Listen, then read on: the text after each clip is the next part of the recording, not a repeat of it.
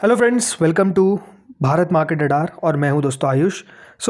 ये एक दोस्तों नया चैनल है जो हमने आज बनाया है। देखिए, मेजरली हमने ये नया चैनल इसलिए बनाया ताकि हम इस चैनल पे बात करें मेजरली टू माइक्रो मैक्रो और ग्लोबल इकोनॉमी। उस चैनल पे मतलब जो शेयर बाजार विद आयुष वाला चैनल है उस पर आप लगातार देखते हैं कि हम आईपीओ से रिलेटेड ज़्यादा बात करते हैं, राइट। आईपीओ रिलेटेड न्यूज़ पर ज़्यादा बात करते हैं, तो हमने सोचा कि एक सेपरेट चैनल होना चाहिए जिसमें हम मेजरली सिर्फ मार्केट रिलेटेड बात करें। तो ये चैनल देखिए उसके लिए होने वाला है। तो अब 2 चैनल्स होंगे, तो पहली बार आप लोग ज़रूर जुड़े हैं तो सबसे पहले आप लोग चैनल को सब्सक्राइब कर लीजिए। इस वीडियो में दोस्तों हम किसके बारे में बात करने वाले हैं? इस वीडियो में हम आईटी सेक्टर के बारे में बात करने वाले हैं, जो आज हमको एक बड़ी गिरावट देखने को मिली। मतलब आईटी का हाल अपने आप में दोस्तों बहुत बेहाल होता हुआ देखने को मिल रहा है। तो आखिर हुआ क्या है आज, फिर क्या खबर है, सब कुछ समझेंगे। तो चलिए बिना किसी देरी के वीडियो को शुरू करते हैं। So friends, IT, right, IT sector आप कह सकते हैं बहुत ही सुर्खियों में रह रहा है, और सुर्खियों में रह रहा है for all the wrong reasons. क्योंकि आज फिर दोस्तों हमको क्या देखने को मिला है कि आईटी सेक्टर में क्रैश देखने को मिल गया। और ये जो गिरावट है ये आज की नहीं है, ये गिरावट लगातार हमको देखने को मिल रही है। और गिरावट का जो आज का कारण है वो अगेन फिर से हमको एआई ही बनता हुआ दिख रहा है। सी, एआई जिस तरीके से दोस्तों इंडियन आईटी कंपनीज का वेल्थ इरोड करता हुआ दिख रहा है, अब ये बहुत बड़ी समस्या बन चुकी है। आज के दिन तो दोस्तों इस प्रकार की गिरावट थी कि एक दिन के अंदर दोस्तों आईटी सेक्टर आप देखिए लगभग 4.74% हमको फॉल करता हुआ दिख गया है। 4.74%, मतलब अपने आप में कोई छोटी मोटी गिरावट नहीं है।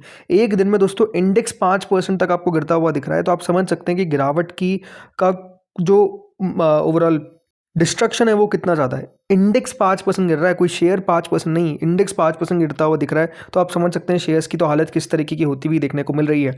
एक बार मैं आपको निफ्टी आईटी का चार्ट दिखाना चाहूँगा, वो बहुत इंपॉर्टेंट है। और ये आप देखिए, आप चार्ट देखेंगे इसका मेजरली पिछले एक दिन में तो आज 5% गिराई है। एक हफ्ते में 10% गिरावट देखने को मिली आपको आईटी के अंदर।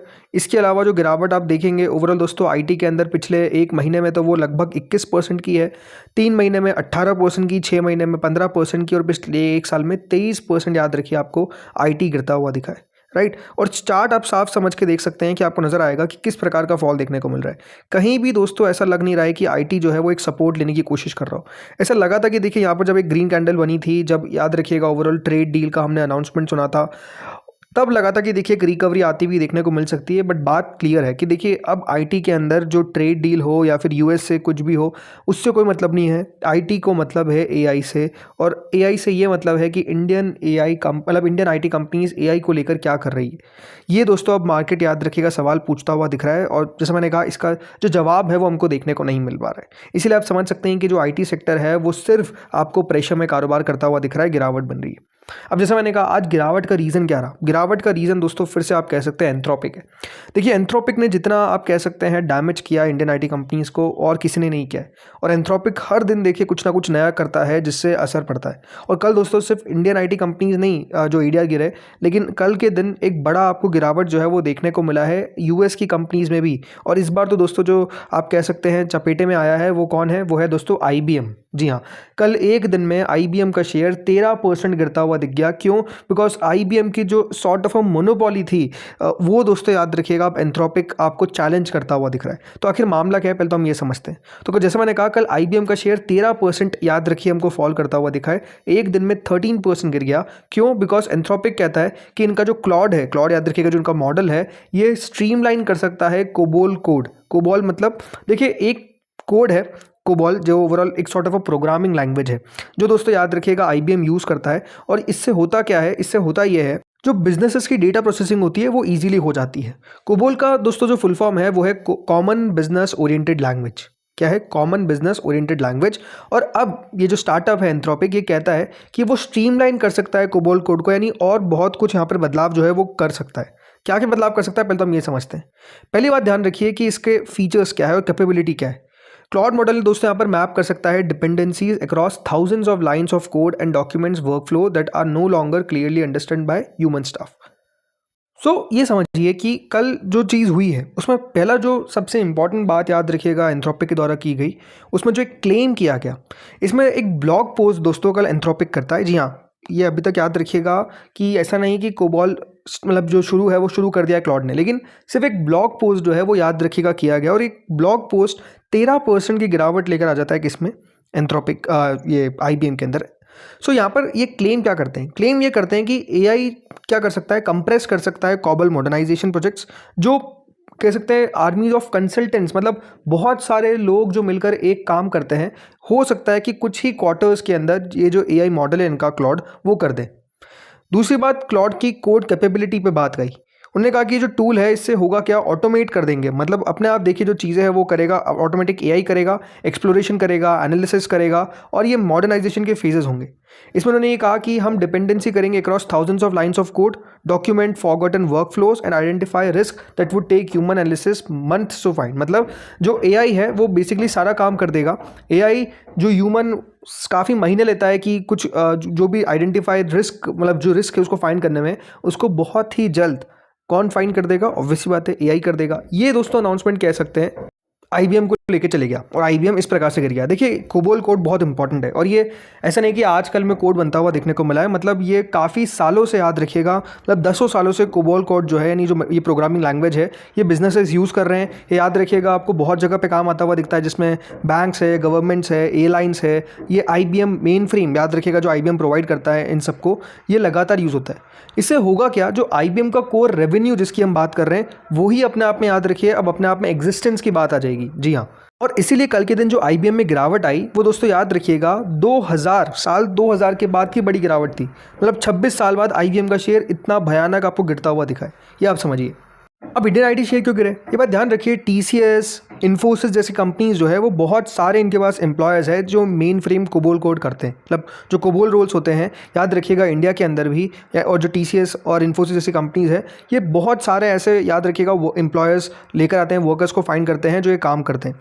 इन्फोसिस एक्टिवली दोस्तों बताया जाता है कि हायर करता है मेन फ्रेम डेवलपर्स और system programmers for COBOL based systems.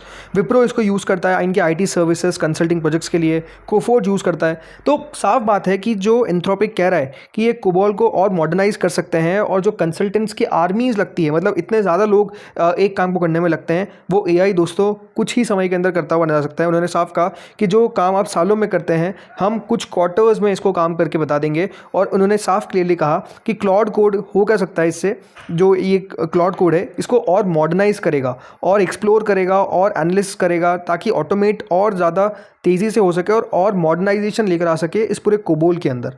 तो ये बात ध्यान रखिए, ये अपने आप में एक बड़ा चैलेंज बन चुका है कि अगर एंथ्रोपिक ये सब कुछ काम करने वाला है, यानी एआई सब कुछ काम करने वाला है, तो अपने आप में जो कंपनीज, बड़ी बड़ी आईटी की कंपनीज हमारे देश में, TCS, Infosys, Wipro, HCL, Coforge, right, इनका क्या होगा? आईबीएम जैसी कंपनी पे अब दोस्तों सवाल निशान उठ रहे हैं कि अब इसका क्या होगा अगर आईटी ही सारा काम कर देगा। और इसीलिए आप देखिए आज की जो गिरावट है वो अपने आप में इतनी बड़ी क्यों है, क्योंकि आज आप देखिए सब सारे शेयर्स आईटी के अंदर, तो जैसे मैं कह रहा हूँ कि देखिए its blood on the street, आप क्लियरली कह सकते हैं।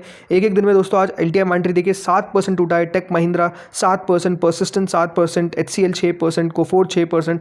मतलब कहीं पे भी दोस्तों यह बात ध्यान रखिए, तेज़ी का तो नामो निशान नहीं है, लेकिन गिरावट आपको चौतरफा देखने को मिलेगी। तो मार्केट्स सही में देखिए ओवरऑल आईटी को लेकर अब एक घबराहट वाली स्थिति हो चुकी है, और घबराहट वाली स्थिति इसलिए है क्योंकि अब दोस्तों जो गिरावट है, ये बात ध्यान रखिए, 2008 में जैसी गिरावट हमको देखने को मिल रही थी आईटी के अंदर, वैसी देखने को मिल रही है। इंडेक्स दोस्तों वर्स्ट मंथ है सिंस सितंबर 2008, राइट। 2008 का जो पूरा क्राइसिस हुआ, उसके बाद आपको आईटी में इस प्रकार का फॉल देखने को मिल रहा है, जहाँ पर गिरावट रुकने का नाम नहीं ले रही है। हर दिन ऐसा लगता है दोस्तों कि जो इंडियन आईटी कंपनीज है, उनका जो बिजनेस पूरा एस्टेब्लिश हुआ था, एआई जो है वो इस बिजनेस को रोज ब रोज कमजोर करते जा रहा है। इस प्रकार से दोस्तों मार्केट याद रखे रिएक्शन दे रहा है। और जैसा याद रखे डोनाल्ड ट्रंप ने एक बार हमको कहा था कि इंडियन इकोनॉमी डेड है। इंडियन इकोनॉमी तो डेड नहीं है, लेकिन आईटी सेक्टर ऐसा लग रहा है कि बहुत जल्द डेड हो जाएगा, जिस प्रकार का फॉल आ रहा है। देखिए अभी पीक ऑप्टिमिज्म, ना कि ऑप्टिमिज्म नहीं है, पीक पेसिमिज्म है। कितना, यानी मार्केट्स में हर जगह दोस्तों निराशा है, हर जगह आईटी को लेकर निराशा है। ऐसा लग रहा है कि आईटी कंपनीज इंडिया की जो है वो कुछ कर नहीं पाएगी। देखिए ऐसा नहीं है कि इंडियन आईटी कंपनीज ओवरऑल पैसा निवेश नहीं कर रही है एआई में, बट एक बात आप समझिए, जितना अमेरिका के पास पैसा है उतना इंडिया के पास नहीं है। ये क्लियर बात है, इसमें कोई भी इफ़ और बट नहीं है। और प्रॉब्लम क्या है कि जब देखिए कुछ गिरता है तो इसी तरीके से गिरता है। इस पर सीएलएसए ने क्या कहा है, इंडियन आईटी स्टॉक्स पे दोस्तों सीएलएसए का साफ कहना है कि एआई फियर जो है वो ओवरडन हो चुका है, मतलब ज़्यादा ही गिरावट हमको देखने को मिल रही है। और उन्होंने टारगेट प्राइसेस को कट किया है, और ओवरऑल ये भी कहा है कि जो वैल्यूएशन है डी रेटिंग है, लेकिन कुछ टॉप बेट्स भी बताइए। अब उसके ऊपर हम ज़्यादा बात नहीं करेंगे, बट बात क्या है कि देखिए ब्रोकरेजेस भी समझ रही है कि अब जो गिरावट हो रही है वो अपने आप में बहुत ज़्यादा देखने को मिल रही है। No doubt IT sector one of the worst performing sector आपको देखने को मिल रहा है, लगातार गिरावट देखने को मिल रही है, बट बंद नहीं हो जाएगा। देखिए इंडियन आईटी अपने आप में बहुत लोगों को एम्प्लॉयमेंट देता है, और इतनी बड़ी कंपनी कंपनीज़ है तो कुछ ना कुछ तो देखिए रास्ता निकालने की कोशिश करेगी। और यही अपने आप में एक बात ध्यान रखिए इंपॉर्टेंट क्यों है, बिकॉज अगर एक सेक्टर दोस्तों फेल होता है तो इसमें याद रखिए बहुत सारे सेक्टर्स पे आँच आ जाती है। आईटी गिर रहा है तो आपको क्या लग रहा है सिर्फ आईटी पे दिक्कत आ रही है? रियल स्टेट सेक्टर इसके कारण याद रखिएगा लगातार गिर रहा है। क्यों? बिकॉज बात समझिए कि रियल्टी इंडेक्स में या फिर रियल स्टेट में ओवरऑल जो आप लगातार दोस्तों खरीदारी देखते हैं, बड़े बड़े खबर देखते हैं कि इसने 10 करोड़ का फ्लैट खरीदा, इसने 20 करोड़ का फ्लैट खरीदा, इसने इतने करोड़ का फ्लैट खरीदा, कोई 200 करोड़, मतलब आप समझिए जो आंकड़ा निकल कर आता है वो मेजरली कौन लोग होते हैं? जो ये दोस्तों आईटी का काम कर रहे हैं, जो बेसिकली याद रखिएगा गुड़गांव इन सब हब्स में काम कर रहे हैं। और इसलिए अब बताया जा रहा है कि निफ्टी रियल्टी के अंदर एक्सपर्ट्स ये मान रहे हैं कि जो बेस्ट है वो बिहाइंड अस है। मतलब जो बहुत अच्छा प्राइजेस हमको देखने को मिल रहे थे वो हो सकता है कि अब थोड़े से पीछे छूट गए हो। इतना अच्छा अब समय जो है वो आईटी का जो देखने को नहीं मिल रहा है उससे रियल्टी पे भी क्लियरली असर आता हुआ दिख रहा है। और इसीलिए दोस्तों मार्केट पार्टिसिपेंट्स का मानना है रियल्टी सेक्टर में कि अगर आईटी में इसी प्रकार से आपको स्ट्रक्चरल चेंज देखने को मिला और इनके बिजनेस मॉडल पर अगर बात आ जाती है तो इसका सीधा सीधा असर रियल्टी इंडेक्स पे भी पड़ेगा, रियल स्टेट डिमांड पर भी पड़ेगा, अर्बन हाउसिंग सेंटीमेंट पे भी पड़ता हुआ नजर आएगा, क्योंकि इस सेक्टर का याद रखिएगा पूरा लिंकेज है विद आईटी, राइट। तो ये एक और अपने आप में पॉइंट है कि आईटी कितना इंपॉर्टेंट है। सो अब बात आती है कि देखिए एट द एंड कंक्लूजन क्या है, अपने आप में एंड क्या है। बात यही है दोस्तों कि अब इंडियन आईटी कंपनीज़ को भी क्लियरली ये अनाउंसमेंट्स करने पड़ेंगे कि कितना इन्वेस्टमेंट जो है वो बेसिकली कर रहे हैं, राइट। एआई को अब अपना दोस्त बनाने की ज़रूरत है। इंडियन आईटी कंपनीज़ को क्लियरली वहाँ पर पैसा निवेश करिए, उसमें बाजार को बताइए, राइट। मार्केट्स में अभी हो क्या रहा है कि इंडियन आईटी कंपनीज़ लगातार पिट क्यों रही है? बिकॉज द पॉइंट इज़ कि अपने आप में एक थोड़ा सा नेगेटिव फैक्टर ये है कि इंडियन आईटी कंपनी ज़्यादा निवेश नहीं करती है एआई के अंदर। ये लगातार अगर आप देखेंगे तो एक तरीके से खबरें चल रही है। और इसके पीछे का रीजंस भी है कि देखिए बहुत बड़ा अनाउंसमेंट होते हैं बायबैक्स के, तो ये सब कहा जाता है कि बायबैक डिविडेंड से अच्छा तो आप निवेश करिए। और वही बात है कि अब इंडियन आईटी कंपनीज को भी क्लियरली, जैसा अभी आपने खबर सुनी थी एंथ्रोपिक के साथ कोलैबोरेशन, राइट, मार्केट्स ने क्लियरली उस खबर को तो पूरा नेग्लेक्ट ही कर दिया, उस खबर पर कोई रिएक्शन नहीं दिया। उस दिन रिएक्शन दिया, उसके बाद अगर आप देखेंगे गिरावट जो है वो बढ़ती भी देखने को मिली इन्फोसिस के अंदर। तो बात यही है कि अब आईटी कंपनीज के लिए सीरियस समय होने का, मतलब सीरियस होने का समय आ चुका है। हो सकता है हो भी चुके हों, मार्केट्स बाद में रिएक्ट करेगा, पर यह बात सही है कि दोस्तों अभी पेसिमिज्म बहुत ज़्यादा है। तो बेटर है कि अभी आईटी कंपनी से हो सकता है कि दूर रहना में ज़्यादा फायदे वाली बात है, क्योंकि अभी हो क्या रहा है हर लेवल पे याद रखिए आपको गिरावट देखने को मिल रही है। कोई भी ऐसा लेवल नहीं है जिस पे मार्केट जो है वो सपोर्ट लेने की कोशिश कर रहा है। लगातार दोस्तों सिर्फ गिरावट हमको देखने को मिल रही है। और जैसे मैंने कहा अभी ब्लड ऑन द स्ट्रीट है स्पेसिफिकली आईटी को लेकर, इसलिए थोड़ा समय लगेगा और समय आई थिंक अब भी देने की ज़रूरत बहुत ज़्यादा है। सो वही बात है, अब देखते हैं यहाँ पर कि आगे किस प्रकार से सिचुएशन और डेवलप होती है। जो भी अपडेट्स रहेंगे आपके साथ मैं इस अलग अलग वीडियोस में शेयर करता रहूँगा। तो इस वीडियो में तो इतना ही था। अगर आपको अच्छा लगा तो प्लीज़ लाइक करिएगा। अगले वीडियो में मिलते हैं, तब तक के लिए बाय बाय।